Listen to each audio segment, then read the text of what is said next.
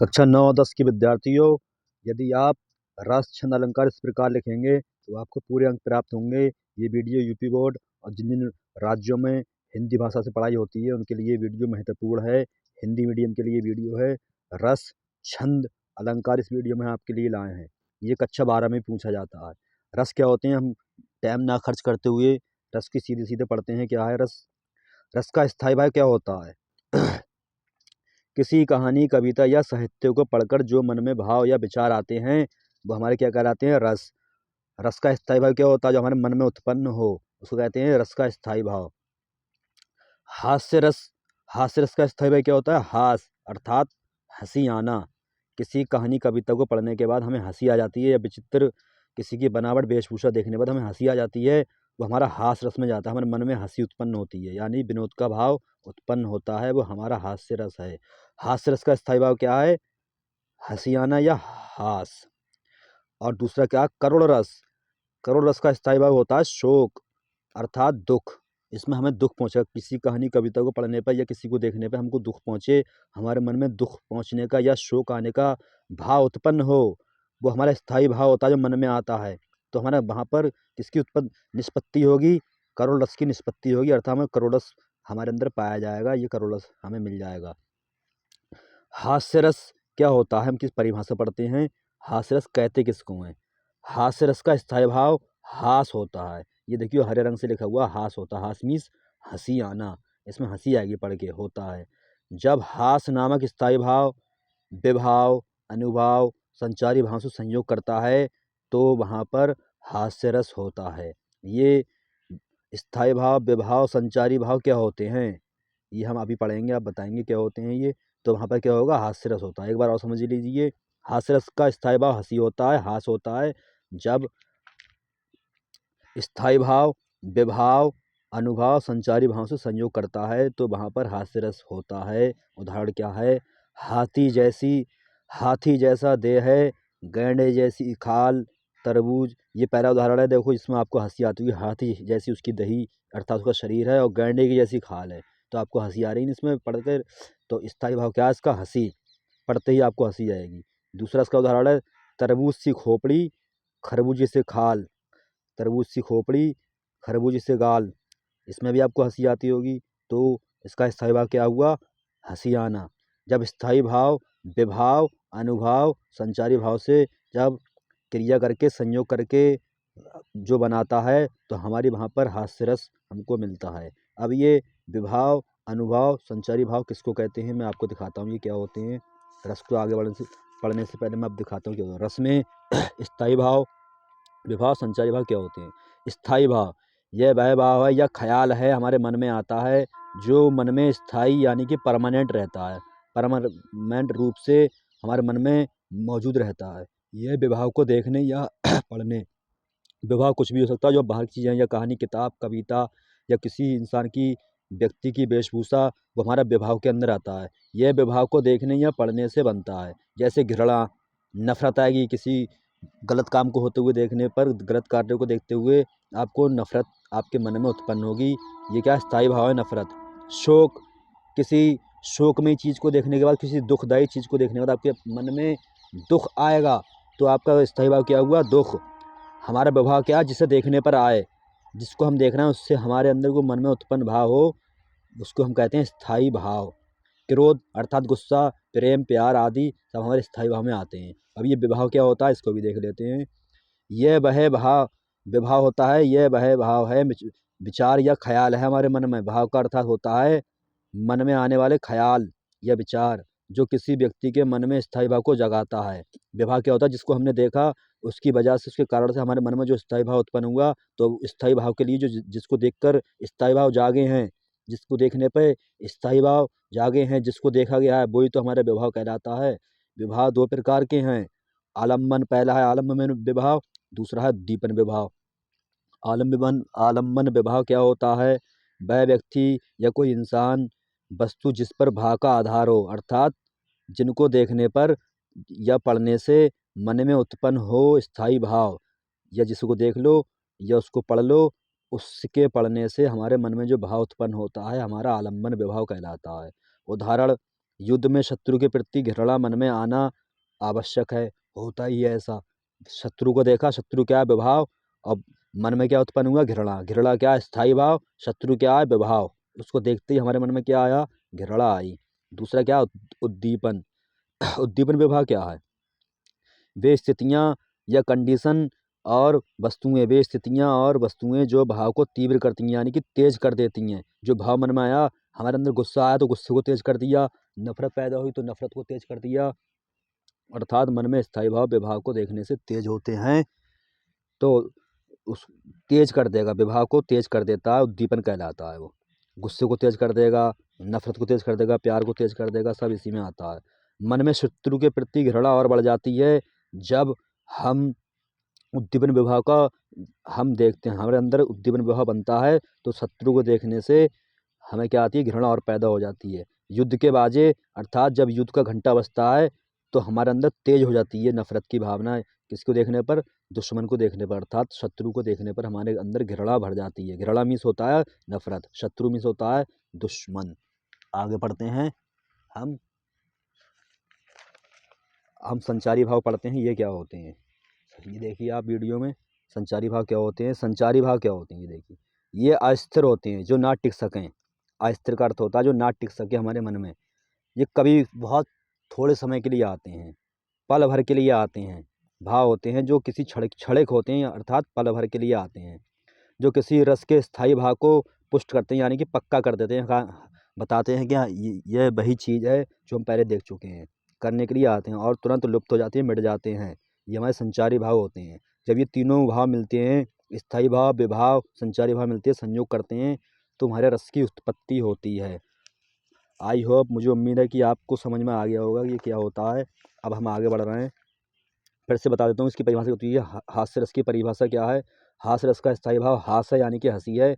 जब हास नामक स्थायी भाव विभाव, अनुभाव, संचारी भाव से संयोग करता है तो वहाँ पर हास्य रस की उत्पत्ति होती है। उदाहरण है इसका, हाथी जैसा देह है, गैंडे जैसी खाल। इसमें आपको हंसी आती होगी पढ़ते हुए। तरबूज जैसी खोपड़ी, खरबूजे से गाल, इसमें भी आपको हंसी आती होगी। हास्य रस है, यहाँ पर हमारा स्थायी भाव क्या हुआ? हंसी। हम आगे बढ़ रहे हैं, करुण रस। करुण रस का स्थायी भाव होता है शोक। शोक मीन्स दुख। शोक नामक स्थायी भाव विभाव, अनुभाव और संचारी भाव से संयोग करता है तो वहाँ पर करुण रस होता है। उदाहरण, हे खग मृग के, हे खग मृग, हे मधुकर श्रेणी, तुम देखी सीता मृगनयनी। यहाँ पर हमें पढ़ने पर हमारे अंदर करुण रस की उत्पत्ति हुई, क्योंकि हमारे अंदर दुख की स्थायी भाव आया। दुख अर्थात करुण रस आया, शोक का भाव उत्पन्न हुआ, शोक का स्थायी भाव उत्पन्न हुआ। हम आगे बढ़ते हुए, ये आपके पेपर में पूछा था कक्षा 10 और 12 के लिए, और 9 में भी आता है। अब हम पढ़ते हैं अलंकार किसे कहते हैं। वह शब्द या तकनीक जो काव्य मीन्स कविता की शोभा या सुंदरता को बढ़ाते हैं, यानी कि सुंदरता को बढ़ाते हैं, आभूषण कहलाते हैं। ये सुंदरता बढ़ाना मतलब आभूषण है, ये काव्य के क्या हैं? आभूषण हैं। वह शब्द या तकनीक जो काव्य की शोभा या सुंदरता को बढ़ाती है, अलंकार कहलाती है। अलंकार में शब्द अलम का अर्थ होता है शोभा और कार का अर्थ होता है करने वाला। इससे मिलकर हमारा क्या बनता है? अलंकार, जिसका अर्थ है शोभा बढ़ाने वाला। अलंकार का अर्थ क्या? शोभा बढ़ाने वाला। अलंकार के प्रकार, पहला है अनुप्रास अलंकार। किसी वाक्य में एक ही वर्ण, वर्ण मीन्स छोटा से लेकर ज्ञात तक, कुछ भी, छोटा बड़ा, छोटी बड़ी, छोटा बड़ा, ऋण ए का खा गा घा घा, ये हमारे क्या होते हैं? वर्ण। किसी वाक्य में एक ही वर्ण बार बार आए तब वहाँ अनुप्रास अलंकार होता है। उदाहरण, तरनी तनुजा तट तमाल तरुवर बहु छाए। यहाँ पर ता और ता 4 बार ता आया तो हमारे ये क्या है? अनुप्रास अलंकार कहलाया, क्योंकि बार बार एक वर्ण आया। क्या आया? ता आया। यमक अलंकार क्या होता है? किसी वाक्य में जब एक ही शब्द एक से अधिक बार आए तो वहाँ यमक अलंकार होता है। उदाहरण, काली घटा घमंड घटा। एक जैसा ही शब्द है, घटा घटा, लेकिन अर्थ अलग है। काली घटा जो बादल उठते हैं वो काली घटा, घमंड घटा में वो बरस गया। ये दोनों अर्थ अलग अलग हैं। काली घटा जो बादलों की होती है, घमंड का घटना मतलब क्या होता है? अहंकार का घट जाना। दोनों घटा का यहाँ पर अर्थ अलग अलग। काली घटा घमंड कैसे घटेगा? काली घटा में क्या होता है? पानी होता है। और इधर क्या होती है? काली घटा। और यहाँ ये काली घटा, ये घमंड घटा। घमंड कैसे घटता है? अहंकार का घट जाना। दोनों एक ही शब्द है लेकिन अर्थ अलग अलग निकल रहा है।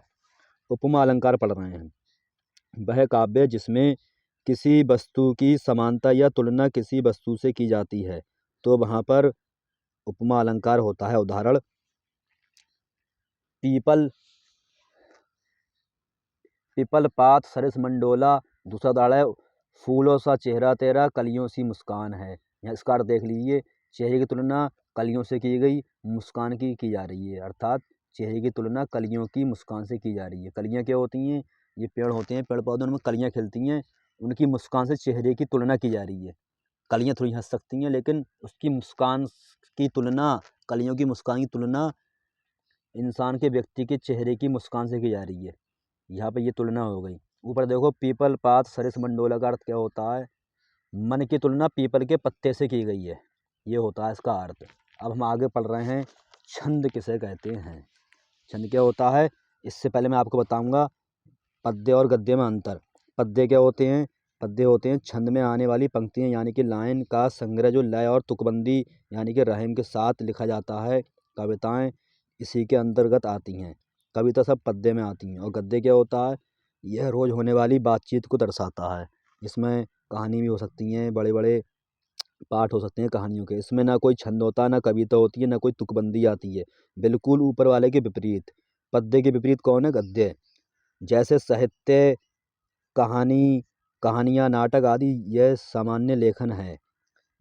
मुझे उम्मीद है कि आपको ये पद्य और गद्य समझ में आ गया होगा। इसी पे आधारित हम पढ़ रहे हैं छंद क्या होते हैं। छंद छंद अक्षरों की संख्या, मात्रा, गणना। गणना होता है गिनना। यति, यति में होता है विराम या रुकना, को यति कहते हैं। छंद अक्षरों की संख्या, मात्रा, गणना, यति के विशेष नियमों में लगी एक पद्य रचना है। ये पद्य रचना होती है हमारी। छंद के अंक कितने हैं? पहला अंक है अक्षर और मात्रा की संख्या का पालन करना होता है छंद में। यति, यति में से रुकना होता है, पढ़ते पढ़ते विराम आए तो रुक जाना है। यति पढ़ते समय रुकने का स्थान होता है कहीं ना कहीं पर। गति या चाल, पढ़ते समय लय बनाए रखना होता है। गणना या गिनना, अर्थात वर्ण को गिनना होता है। तुक पंक्तियों, यानी कि पंक्ति लाइन होती है कविता की, तुक पंक्तियों के अंत में आना होता है, तुकबंदी होना चाहिए। चरण, चरण एक पद्य की पंक्ति या लाइन होती है, चरण। सही है, उसको चरण कहते हैं। हम पढ़ना छंद क्या है। छंद के प्रकार देखिए, पहला है दोहा छंद, दूसरा है, पहले आप दोहा छंद पढ़ लीजिए। यह अर्ध समात्रिक छंद है जिसमें चार चार चरण होते हैं। चार चरण होते हैं इसमें। पहले एवं तीसरे चरण में 13-13 लाइन होती हैं, यानी कि 13-13 मात्राएं होती हैं। पहले और तीसरे चरण में कितनी मात्रा होंगी? 13-13। तथा दूसरा और चौथे चरण में 11-11 मात्राएं होती हैं। यहाँ हम एक उदाहरण देख रहे हैं। ये क्या होता है? ये एस जैसा दिख रहा है आपको, इसका अर्थ होता है दो, और एक तो हमारा एक है ही। ऐसे, रहमन पानी राखिए बिन पानी सब सून, पानी गए ना ऊबरे मोती मानस चून। यहाँ पर देखिए, यहाँ पर ये क्या है, मैं आपको इससे पहले ये बता रहा हूँ। यहाँ वर्ण जो आ, ई, छोटा ऊ, ऋण, का, खा, गा, ज्ञा तक, ये एक मात्रा को दर्शाते हैं।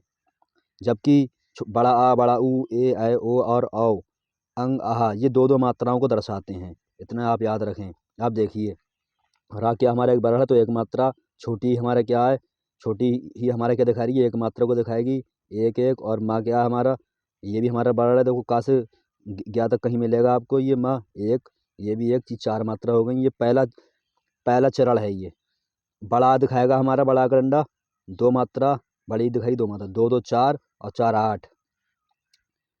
और यहाँ पर ये बड़ा आकर दिखाएगा दो मात्रा, एक मात्रा, दो मात्रा, ये पाँच हैं, ये चार है, पाँच चार नौ, नौ चार 13। पहले चरण में कितने हैं?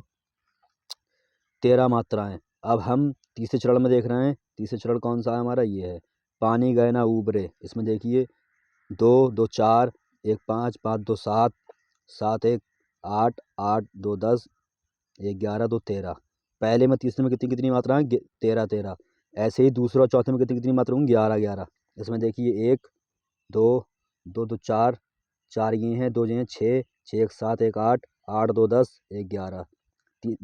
दूसरे चरण में 11 हैं, चौथे में 11 होंगी। दो दो चार, चार दो 6, 6 एक 7, एक 8, 8 दो 10, एक 11। इसमें 11, इसमें 11। ये क्या होता है हमारा? दोहा छंद कहलाता है। इसका ट्रिक क्या है? दो तेग। दो तेग का अर्थ होता है, दो मीन्स दोहा, ते माने 13, गे माने 11। 13 से शुरू करना, पहले में 13, तीसरे में 13। दूसरे में 11, चौथे में 11, बस ये उदाहरण आप याद करना, ट्रिक है ये, याद कर लेना। मैं आपको आगे पढ़ाता हूँ अब। मैंने आपको दोहा पढ़ा दिया। अब सोरठा क्या होता है? सोरठा छंद बिल्कुल दोहा का विपरीत होता है। जैसे दोहा में पहले और तीसरे छंद में कितने थे, पहले और तीसरे चरण में कितनी कितनी मात्राएं थी, 13-13। और यहाँ पे क्या होगा, पहले और तीसरे चरण में 11-11 मात्रा होंगी और दूसरे और चौथे चरण में 13-13 मात्रा होंगी। बिल्कुल उसका उल्टा है, दोहा का उल्टा है ये दोहा का उल्टा है।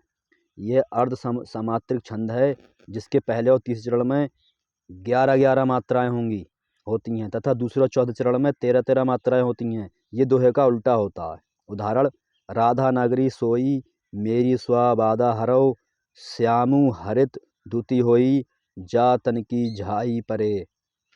तो यहाँ पे देखो क्या दिखा रहा है, एक, और यहाँ पे ये आधा मिलके यहाँ पे होता है, तो ये एक ही है हमारा, ये एक ही गिना जाएगा। आधा ये सा है, आधा या पूरा या है, तो ये एक मात्रा में गिना जाएगा। डंडे की 2 मात्रा होती ही हैं ये पहले ही से, 1 2 3, 3 हो गई। ये हमारा कौन सा चरण है, तीसरा।